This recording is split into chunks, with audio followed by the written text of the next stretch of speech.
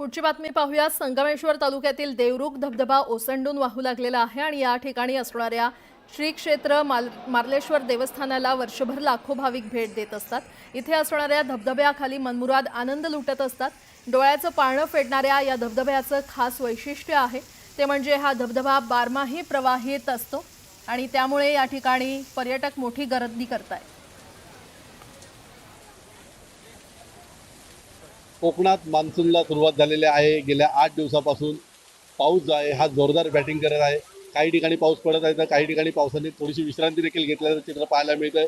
सध्या आपण आहोत मार्लेश्वर या तीर्थक्षेत्राच्या ठिकाणी आणि येथील जो धबधबा आहे हा खरोखरच अद्वितीय असा सौंदर्य असलेला हा धबधबा आहे। आपण पाहू शकता माझ्या पाठीमागे हा एक धबधबा आपल्याला इथं प्रवाहित झालेला दिसतोय आणि या धबधब्याचं पाणी जे आहे हे एकदम दुधासारखं या ठिकाणी कोसळताना आपल्याला पाहायला मिळतं आणि हा धबधबा आता पावसाळा चालू झाल्यामुळे पूर्णपणे फोर्समध्ये इथं कोसळताना आपल्याला पाहायला मिळतोय।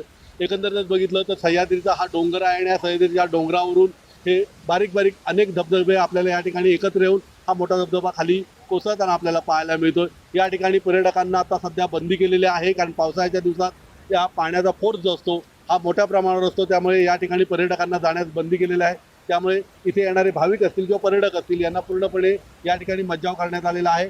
त्या धबधब्याचं खास वैशिष्ट्य म्हणजे हा धबधबा मे महिन्यामध्ये ज्यावेळेला वाहत असतो किंवा कोसळत असतो त्यावेळेला याचा पाण्याचा फोर्स जो आहे पूर्णपणे कमी झालेला असतो, परंतु या धबधब्याखाली जर आपण आंघोळ करत असाल किंवा उभे असाल आणि जर हर हर महादेव म्हणून जेवढ्या जोरात तुम्ही ओरडाल तेवढ्या जोरात ह्या धबधब्याचं पाणी जे आहे हे अंगावर पडतं। हे खास वैशिष्ट्य ह्या मार्लेश्वरच्या धबधब्याचं आहे। या ठिकाणी जर पाहिलं तर हजारो भाविक या ठिकाणी येत असतात। आताही भाविकांची या ठिकाणी वर्दळ आहे कारण इथलं निसर्ग सौंदर्य जे आहे हे अक्षर सुंदर असं आहे आणि बघण्यासारखं आहे। सचिन सावंत, न्यूज 18 लोकमत, देवरुख, रत्नागिरी। मावळ तालुक्याला निसर्गानं भरभरून सौंदर्य बहाल केलंय। पावसाळ्यात वीकेंडला मोठ्या संख्येनं पर्यटक लोणावळा इथे गर्दी करत असतात। इथल्या लायन्स पॉइंटवर पर्यटकांची आता गर्दी झालेली आहे। पर्यटकांच्या गर्दीमुळे इथल्या व्यावसायिकांना देखील अच्छे दिन आलेत। वर्षातून एकदा इथे येणं आणि निसर्गाचा आस्वाद घेणं आणि लायन्स पॉइंटवर येऊन भजी न खाणं हे तर एक नशीबच आहे, म्हणजे नशीब नाही असं आहे। आमच्यासाठी मुंबईतून इथे येणं म्हणजे लायन पॉइंट आणि कॉर्न भजी हा एकच आमचा वर्षातून एक ट्रिप असलीच पाहिजे।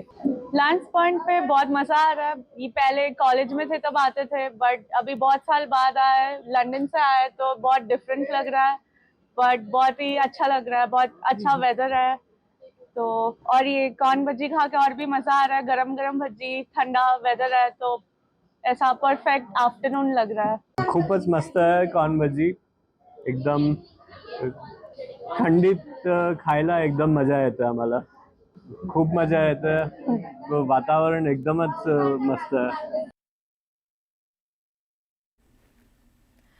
माळशेज घाटात भीषण अपघात झालाय। माळशेज घाट फिरण्यासाठी आलेल्या पर्यटकांच्या गाडीनं मुरबाड तालुक्यातील औले गावातील तरुणाच्या दुचाकीला जोरदार धडक दिल्यानं एकाचा जागीच मृत्यू झाला तर अन्य 2 जण गंभीर जखमी झालेले आहेत। ही माहिती औले गावातील ग्रामस्थांना मिळताच गावकऱ्यांनी मुरबाड माळशेज महामार्ग रोखून धरला आणि पर्यटकांना गावकऱ्यांच्या स्वाधीन करण्याची मागणी केली। मात्र पोलिसांनी पर्यटकांना आपल्या ताब्यात ठेवल्यानं गावकरी आणि पोलिसांमध्ये मोठा राडा झाल्याचं पाहायला मिळालं। नंतर संतप्त गावकऱ्यांनी महामार्ग रोखून धरल्यानं महामार्गावर मोठ्या प्रमाणात वाहतूक कोंडी झाली होती।